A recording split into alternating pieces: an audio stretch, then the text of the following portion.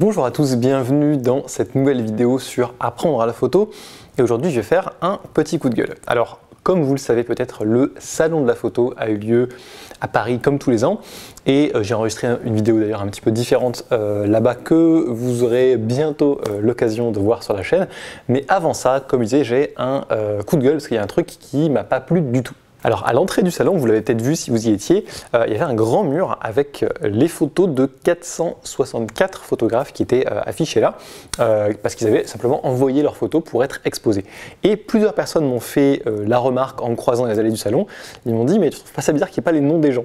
Et effectivement, il n'y avait pas les noms des gens en dessous des photos. Alors il y avait un lien sur lequel on pouvait aller, donc il fallait aller sur le site, et là on avait la liste de tous les noms, pas associés aux photos, en vrac, enfin par ordre alphabétique, donc super, et ça ne permet pas d'identifier le photographe d'une photo en particulier. Et voilà, je ne suis pas juriste, mais Joël Verbruch, qui est un petit peu la spécialiste française dans tout ce qui est droit lié à la photographie, a qualifié ça de totalement illégal sur Twitter, donc je peux imaginer qu'en tout cas il y avait des problèmes là-dessus. Alors cela dit, je ne vais pas m'attarder sur l'aspect juridique, parce que ce n'est pas ma compétence, ce n'est pas ce qui m'intéresse le plus ici. Je vais plutôt m'attarder sur trois autres choses. La première, c'est pourquoi ? Voilà, alors je ne sais pas ce qui se passe en interne, ça a peut-être été organisé rapidement, peut-être qu'ils n'ont pas eu le temps de trouver un prestat qui fasse les choses comme ils voulaient les faire. Je sais que c'est facile de critiquer sans avoir organisé le truc, parce que moi-même j'organise des trucs et je vois que les gens parfois ne comprennent pas les contraintes qu'on peut avoir. Donc voilà, peut-être qu'ils ont fait de leur mieux, qu'ils n'ont pas réussi à faire ça, mais voilà, faites gaffe les gars, vous avez merdé, franchement. Ça coûtait strictement rien de plus de mettre le nom des photographes en dessous des photos et c'était super important de le faire et ça envoyait un meilleur message. C'est louable de mettre en avant les photos des amateurs parce que ça constitue quand même la majorité des visiteurs du salon. Sans eux, le salon de la photo n'existerait pas. Mais il ne faut pas le faire à moitié parce que c'est pas parce qu'ils sont amateurs qu'il faut mettre leur nom en dessous des photos. C'est quand même un droit assez fondamental. Alors la seconde chose que je voudrais aborder, c'est que ça passe un mauvais message. Je veux dire, après, on va s'étonner de voir des gens qui mettent un gros watermark sur leur photo pour pas qu'on leur vole. Voilà, si même le salon de la photo ne cite pas leur nom, franchement, je peux comprendre. Même si je suis toujours contre les watermarks sur les photos, que j'ai donné une méthode il n'y a pas longtemps pour le faire de manière plus propre, c'est vrai que là, franchement, limite, les photographes ont eu raison d'envoyer leurs photos comme ça pour éviter qu'elles se retrouvent sans leur nom sur les murs du salon. Alors voilà, évidemment, c'était sans doute pas toutes du grand art non plus, j'ai pas eu le temps de les regarder, mais voilà, on peut imaginer que sur 464 photos, il y en a forcément pas mal qui étaient pas spécialement originales, mais ça ne doit pas être une raison pour pas afficher le nom des gens.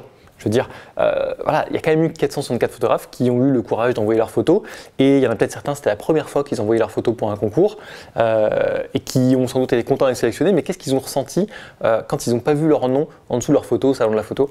Voilà, je trouve que ça envoie vraiment un mauvais message à la communauté des photographes parce que voilà, le salon de la photo, il vit grâce à eux et là, il a un peu merdé avec son public principal. Donc voilà, c'est un petit peu le principal problème que ça me pose. Et puis la troisième chose sur laquelle je veux attirer votre attention, c'est de faire gaffe au règlement des concours photos auxquels vous participez. Parce que, voilà, lisez-les. Je sais que niveau fun, on n'est pas au niveau de Harry Potter, mais c'est important de lire les règlements des concours auxquels vous participez. Ils ne sont pas toujours si longs et si complexes que ça. C'est pas toujours écrit dans un langage si juridique, parce que, en fait, souvent, vous allez voir que les clauses du contrat, c'est un petit peu large. Alors, celui du salon n'était pas spécialement abusif, mais il y a beaucoup de structures, que ce soit des entreprises ou des collectivités d'ailleurs, le public n'est pas du tout à l'abri de ça, qui utilisent un petit peu les concours comme un moyen de se constituer un fonds photographique quasiment gratuitement. Donc, vous avez des clauses qui disent qu'ils peuvent utiliser vos photos dans absolument toutes les conditions pour toujours ou pour longtemps. Clairement, quand ils vous font accepter ça, c'est parce qu'il y a un but derrière qui est d'utiliser ces photos. C'est pas toujours. Alors évidemment, il y a toujours une clause qui leur permet d'utiliser dans le cadre de la communication de l'événement, parce que c'est logique. Évidemment, il faut bien qu'ils puissent communiquer votre photo s'il y a un concours. C'est pas normal qu'ils puissent afficher le gagnant. Donc ça, c'est absolument normal. Par contre, si vous avez un truc du genre toutes les utilisations, y compris commerciales, pendant les 10 ans à venir, vous pouvez vous demander quel est le vrai but du concours. Alors, est-ce que vous avez vraiment envie de participer à ça ? Peut-être que oui. Vous pourriez me répondre, écoute Laurent, je m'en fous en fait que j'utilise ma photo sur les affiches de la mairie pendant les 10 ans à venir. Moi, je suis content d'avoir gagné au concours et puis tant pis. Et c'est complètement ok.